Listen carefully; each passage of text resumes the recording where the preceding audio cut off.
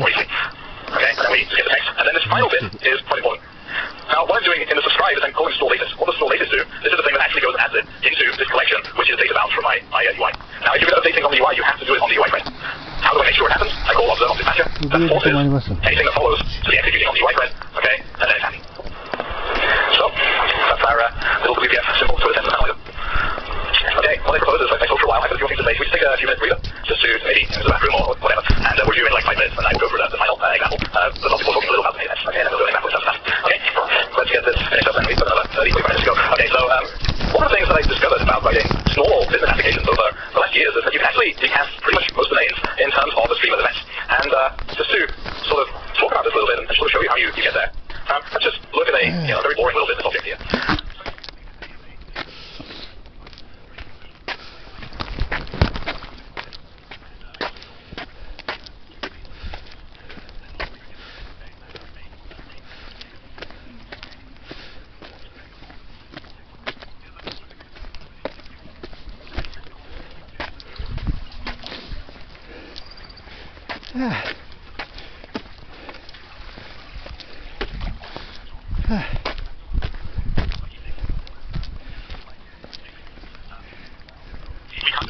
Representing object and keep it in memory because we have to persist. And we need to persist stuff, and we need to integrate stuff, and we should just use a database for that, and then we will end up with code like this, okay, which basically just goes updating and inserting into tables and so forth. And a lot of the nice language tends to be lost, and it was very much sort of summed up at the time I was with a customer, and they decided that what they wanted was, me to teach so much stuff, and they said, can we have a couple of hours where we just ask you stuff? And I'm like, oh no. And so we did this. And one of the really interesting ones that came up was, they said, well, in all your textbooks it would be dog.bark, but in all the sort of code that we have here, and a lot of that previous employers, the code looks like dog controller.bark, and you pass in the dog. What's going on? And I said, oh, procedural programming. That's what's going on. But it's very common. And one of the sort of things I realized is that, it's not worth sort of finding the procedural trend everywhere. Some things really are just very, very boring and unimportant in a code base, a list of things. We don't care about these things. But when there's workflow, and when there's lots of interesting things happening, particularly maybe with currency, the real heart of the domain, I found there's quite a lot of value, even putting our exercise into trying to model things into events now. Yeah, sort of what we call the core domain. This is a place where I say, it matters that we try and get the language from the problem statements of the code. It matters that we have well-tested code. It matters that we try and express the tests using that domain language so we might be able to use them as a communication tool. And, we may need to scale. This is the heart of things. It's maybe the growth area. And we may need to sort of handle a lot of inherently concurrent things going on. So if you have a candidate, then you've got a few waiters. And of course, you're going to have them taking orders at the same time and handling it at the same time. That's just a part of the business. So, one thing that people sometimes say is, let's just take, an object with my method names. And, each method call takes it to a new state. We don't have any data under the object. And then we just serialize it. Is this a good idea? No. Okay. Because part of the problem with this, and a lot of the times when I look at object orientations like Zern, and I look at it and I say, this feels kind of good, what I realize is my computer feels of my object as a model of the thing that I'm talking about. And we encapsulate that. What we're actually doing is encapsulating the way that we represent some aspects of the world that we're modeling with this object. And that representation is very related to the things we need to do with it. Okay? You probably know that if you have a list of things, and you're going to want to ask the question, is this thing in the list? Very often, you don't choose a list as your data structure, because you'll have to do an ON operation going through a list. You know that you choose as like a hash set, so you can very quickly ask the question. And so exactly what kind of goes on is what requirements evolve. We might not have had a requirement that answer the is the thing in the list question. Then a new requirement comes in, of course, the person interested in the business logic doesn't care about what you implemented in terms of, but you as a broker look at it and say, oh, of course, there should be a hash set there. And because it's a hash related, you can exchange representation. And that freedom is very important. So, sometimes, I found that even when working in very old code, you can actually get a lot of inspiration from the functional world. After all, every single problem's already been solved in this, apart from my syntax. So, one thing that I realized is we can actually define this notion of pure objects. An object that doesn't do any I/O or access anything static or do any kind of random number generation or date time. Okay? The only thing that this object ever receives in terms of data is stuff that it has in its parameters. And if we have such an object, what can we say about it? Well, we can say that if you were to take an object and do exactly the same set of method calls on it again, then you get to exactly the same object. This is where it starts to get a little interesting, because then you say, well, we haven't broken encapsulation. We haven't gone and messed with the fields, but we've got something now where if we just do it again and again, we get to the same state. Can we use these for this? Almost. I mean, you look at it and you say, well, we can't put this in a method call, but I can make an object representing a method call. That's the command pattern. Okay? So the method name becomes the class name and the parameters become fields. Right? And then we get a uniform interface for applying them. So we just have a do method where we give it the command object. And it's very easy to just play that. But there's a problem with this. I get it, let's just those. And again, the answer is no. And the answer is no, because you tie your hands again. Okay? Just like we tied our hands by not being able to modify the state model last time. This time, we've made it so we can never change the business rules. That also kind of sounds bad. Most systems, or most things that go on in the system, can basically be represented as pretext. This is like every system has a diagram. Okay? So basically, we get a request in, we do some validation on it. If we accept the information within it, we get a new fact, which we decide is not true, and then we disseminate it. Okay? And that's basically most systems. So the thing about this is that the command represents the request. Okay? And not the new fact. And this is the thing that represents decisions. Okay? This is the trustable thing. When we decided something, it's a decision. Okay?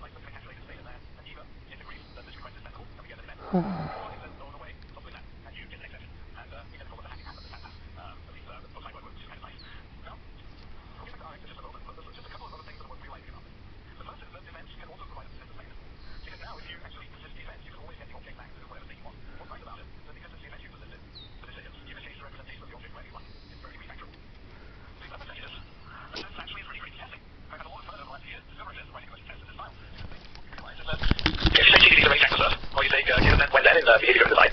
It maps perfectly to events that describe the history, the command, and even some more events recording the decision or an exception. So you can write tests like that. Okay? Given there's no history, when I open a tab, then the tab is open. Or, given no tab, when I place an order, I get a tab on open exception. Okay? So, you'll know we're actually using type exceptions. You can play the failure reasons as well. Something else I found very interesting, very valuable. I think in some ways type exceptions are underused. I mean, exceptions are good for indicating failure, but there's a bunch of times you can avoid logic leaks. For example, if you have a calendar object, and you try and do a booking, and it says, no, you can't actually book at this time.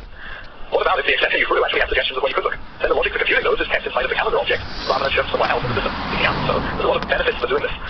One of the interesting things about doing these kinds of tests, by the way, is that they're behavioral tests. You never book into object state. What that means is that the only way that you can check that something took effect is actually by writing another test that depends on it doing so. For example, given we open the tab and we order test drink 1, if I try and mark test drink 2 served, I expect to get a drink 1 outstanding exception, because I never ordered a drink number 2, just a drink number 1. So, what's interesting is that the failure would have happened applying this event.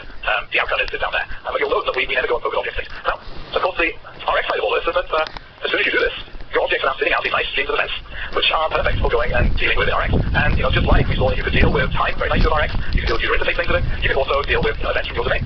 So let's do one final example. And my example, I chose a domain that I actually encounter more than I had a wish, which is airports. And the announcement systems at airports that tell you you're going to be late home and stuff like that. Okay? And one of the things that I realized about this is that that is very asynchronous eventing. I actually found one of them that wasn't very well. They were taking one announcement, and then somebody cut it off and taken another one. I like that, I know you should use RX. But anyway, okay, here are some events that might happen in our airport today. Okay, departure gets delayed, the departure returns sitting on time, gets cancelled, the gate gets assigned, the gate gets changed, the gate gets open. Okay, you can see all of these events, things that happen. And if we can build an announcement system for the airport that just tells us what's going on, then, this is kind of really nice to build out of these. There's one class that I haven't talked about, there's quite a few classes I haven't talked about, there's one that's very common that I haven't talked about in RX called the subject. It's a very kind of subject.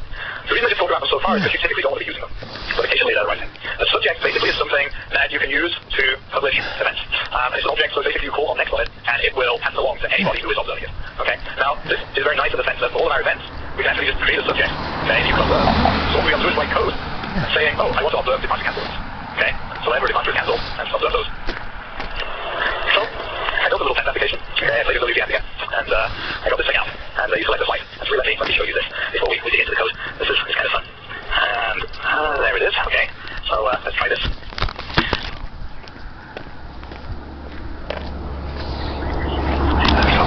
you can get the idea of what it does, okay. I'll have a little play with it in a moment. Now, what I'm going to do is just to build my UI, I'm actually going to just fake up some events. Okay, so in real life, you have a bunch of systems across our airport, which will be producing these events.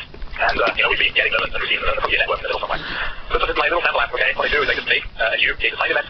And flight info just actually takes that and throws in the flight that we selected, okay? And then we just home next it. That is, we pass it to any observables, so we push it down the pipeline. So that's all I'm going to be doing when I click on the UI to issue event, okay? It's calling home next on the subject. And in reality, what you would do is you would write those to something that is your message bus or event aggregator or whatever you have in your application. Now, let's start on the announcer. So what the announcer is going to do is it's going to expose a property here, which is my observable string. These are the announcements, okay? They're the things that will be spoken, and we're showing up in that text box. And let's start out with gate change. That's quite an easy one. Okay, all we'll do is we'll take gate changed, and we'll format a string containing the stuff in the event. Okay, and that's nothing particularly new. Now, what I've done over in the UI is I've actually got an observable collection, which is nothing to do with RX. It's actually predated by quite a long way, but this is something that my user interface can take a mind to. And what I'll do in here is I'll just make it to the beginning. So we have the announcements here coming in, okay, and I'll observe it, and you'll note I've used observe on dispatcher again. And the reason I'm using observe on dispatcher is because I'm passing announcements on add, the add method of this, okay, and what's going on there is that it's a UI update, because this is an observable collection, meaning whenever I change something in this collection, it appears on my screen, okay, in that text box. Because it's a UI update, I need to make sure it happens on the UI thread. So again, just need to take a little care over that. Okay, so what we'll do now is we'll take a look at the speech, okay. This is a second subscriber. This is grabbing a speech synthesizer, Microsoft Barry, okay, and we just say that, okay. And the thing you might notice is that there's no place that I actually do a .publish somewhere to make sure we get duplicate work going on. The reason is that I'm using a subject, okay? And a subject already is something that I give things to and it passes it on notifies all of the things that are observing it. So we don't actually have that problem with subjects. Okay, so why we got the same thing, okay? We subscribe. I actually shift this to do. You might be curious why I put it in do rather than having it as subscribe. Any ideas why? I might do this. Oh. It is a side effect, so I go through side effects and subscribe as well. ついに甘い煙に It 来 turns out ま that した。 subscribers allowed to fire multiple things off at once. Do will only actually do one. Okay, and they will behind it until the side effect is done, and then it will go on. It assures that you're doing side effects, you're doing sufficiently nasty things that you don't want to execute it concurrently, so it makes sure it doesn't happen for you. Okay, that's nice. So, well, this fixes the problem at the Apple, but it's overall messaging because it often together. Okay, they should have done it instead of subscribe. No, because both Apples don't run open announcement system or anything like that. That'd be cool, open Apple. The TSA would love it. 残口電話です。 Okay, so of course, announcements don't just consist of gate changes, there's lots of them. So what I'm going to do is I'm going to take my code for gate changes and I'm going to factor it out into a method, okay? And then what we'll do is we'll go and add a few more. So let's have cancellations. And what we'll do is we'll take the gate changes and we'll merge the cancellation stream. So these two event streams come together, okay? Which means that even if we have a cancellation and the gate change at the same time, it'll go on and then video. So what we are doing here, okay, is just formatting out the string. Okay, so that's not too hard. さあ、1時間になりま Now, した。 if you hear around Apples, you'll know that every 30 seconds, also in fields. So like to send you not to leave your luggage unattended. If you do that regularly, you really know not to leave your luggage しょうがない unattended. です。わ How か do we り do ま this し one? Well, what we do is we take interval. た。バスで行きましょ 30 seconds. Okay. And again, because we're going to merge all this into the same stream, it won't interfere. So it's all very neat. う。ね Now, delays are a little more involved, because what we'd like to do is to compute how big the delay is and only tell people about 10-minute or longer ones. Okay, if the delay is like only 2 minutes, like nobody really cares. If it's 10, yeah, we should probably start telling people so they can spend longer by stats or something. So what we do is we take the delay, okay, this object, and it's got a new time and old time. And I can just actually calculate, and I can use let. You'll notice I've expressed this one in link comprehension syntax, okay? Just because it works out neater. Let without the link comprehension syntax is kind of harder to do. You have to do it on an object, and it's kind of boring. So we'll do this instead. And then the duration is greater or equal to 10, and then we just pull out the string. Okay, remember, all the time the data is getting pushed through this process. Okay? So if we eliminate it with the where, we never bother doing the string format. Now, there's a slightly tricky problem. Because there's one more kind of announcement we want, which is gate open. Does anyone notice what's missing in gate open? That would be really useful for telling people about it. The gate, yeah. Okay. And why is the gate missing? Well, the answer simply is that if we go and just take a look at our events, okay, then gate assigned has the gate, and gate changed has the new gate. But when we open the gate, we've already emitted the gate information before we just think, oh, it's open now. Now, it's slightly contrived, and it would be easy to fix, maybe, but the point is that this happens in the real world. Okay, you get events which don't contain the full picture. And what you need to do is to actually take several event streams, keep an eye on all of them, and actually make sure that you have the information aggregated that you'll need to do what you need to do. Now, RX is also pretty good at that as well. And how do we do it? Well, basically, what we want to do, if thinking about it data structure-wise, is we'd like to maintain a dictionary, a lookup table. Okay, so every time we find something that a gate has been assigned or a gate has been changed, what I'd like to do is just to shove it into a dictionary. Now, this sort of jars a little bit with RX because as soon as we start dealing with dictionaries which are mutable, and we're dealing with streams of things happening asynchronously, it's sort of asking for trouble. But what we do have is immutable dictionaries in .NET now. Not built into the .NET framework yet, you have to get the next library still. So basically what a immutable dictionary does is every time you put something into it, or take something out of it, it doesn't mutate the existing one, it just gives you back a new dictionary that's got the thing added or it's got the thing moved. Okay, so you always get the new one out. So what I'm going to do is I'm going to take the stream that's being assigned and I'm just going to project it out to a tuple. Okay? And then I will take the gate change, and those will be projected out to a tuple. And now you'll notice that these two have exactly the same type. Okay? So I've taken these two events and turned them into a flight code that them. Okay? That means I can merge them because they're the same type. What I can then do is use scan. And what scan does is it basically is a little bit like aggregate or reduce, if you might know it by, but basically it produces every single value. Okay? So every time we get some kind of new event in here, what we'll do is we'll take the current dictionary. Okay, we start out with an empty one. We get the current dictionary in ag, hit update, we get the tuple, one of these two. And what we do is we do set item, and we just update the entry in the dictionary, and it makes a new one. Okay? So that's latest gates. Okay? That is an observable that basically sends a new dictionary of gate information every time a gate is assigned or changed. So what I can do with it is I can then use a combination called combine latest. And what that does is it gets the latest values, okay, of two things. So what's happening is I've got the stream of events coming in, which is the latest gate information, which changes every time that I get a new gate assignment or a gate change in.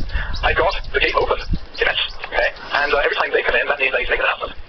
I'm making a tuple of the two, okay, and then I'm doing distinct until change on the first one. The first one being the gate open. So what we'll be doing here is that we'll be saying, always pass on the tuple of the latest of these two, but don't actually go any further unless it was the one on the left that changed, okay? So basically, keep track of the latest gate information, but only actually produce a message if it's the gate open thing which just has a better right. And then we just produce a message with the information from the two objects. And we're done. Okay? And then we just piece all of these together, we just do a big merge, like that. And notice how nice it is to compose. There's actually an observable.compose which takes the pass the block into as well, which actually was listed. Sorry, observable.merge. That would take the variable number of arguments. That would have been nicer. Okay, so we get done. And let's just have another little look at this just so I can show you that it doesn't say two things at once. So if I assign a gate, let's assign gate A2 to this flight. Okay? And let's change it to faster time, and then I'm going to assign it a different gate 2. 123 to upload. Okay, I got the delay in. I'm going to do open gate. Okay? Hopefully I will get the C3. That was the latest one. Yeah. Okay, so there we have it. Okay. So RX hasn't just appeared on .NET. It appears there originally, but these days it's on a whole bunch of other platforms too. I've been working on getting this done into Perl as well, and Perl 6. I think that it must be working, which is cool. Goodbye. Okay. RxJS is one of the very exciting ones because basically the web is full of this stuff. Okay, it's full of users doing stuff with text boxes, and you going and calling web services or any of that thing. And now we've got WebSockets as well. Where we had a way of actually having two ways between the client and the server. And what's very interesting about it all is that if you realize you can now do reactive queries over on the server, have the results being pushed out to a WebSocket, and then go and do further processing of it in JavaScript. I think there's going to be some really cool stuff to be done there, where you're managing to basically get reactive all the way through from server to browser. And that's an area I haven't done anything like it as much as I'd like to yet. But it's something I hope to have lots of chances to explore, because it seems like a very powerful set of things can be done there.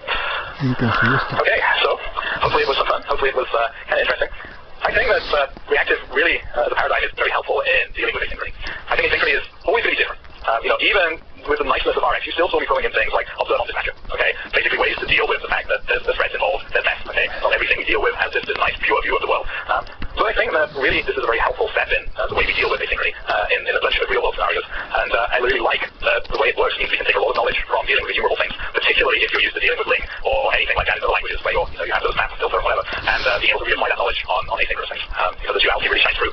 In many ways, this is one of my favorite examples of a theoretical result leading to something pretty beautiful in everyday programming. And you'll see more of that as well. And it's very encouraging for that reason. Okay, well thank you very much for coming. And this is how you hunt me down. If you're interested in the code, drop me a mail. So what I'll probably do is throw it on a GitHub repository somewhere under the MSAD account, so you can get it. As I said, I teach stuff, actually a bunch of this stuff, and a lot more fun can be had in this course, where, well, you can imagine, it's where I stole the sentiment analysis from, and we do it for some hours there instead. But anyway.11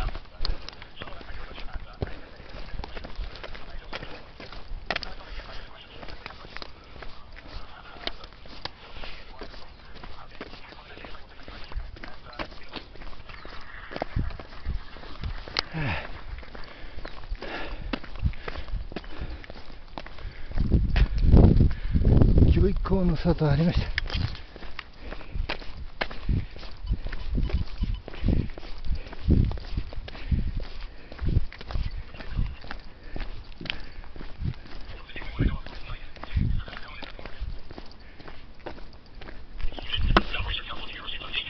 Director of the Division of Signal Transduction Therapy, which is Europe's largest collaboration between a basic science unit and the pharmaceutical industry.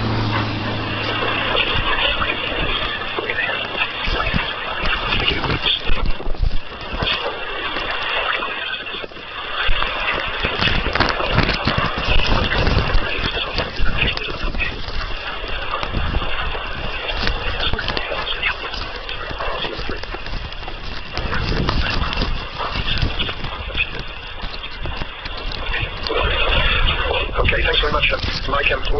Mike emailed me a couple of months ago, said he just learned that I was going to be in Boston for 1 month, and could I come and talk at the symposium, and I gave him the same answer that Wade gave him, that I'd love to, but I don't work on cancer.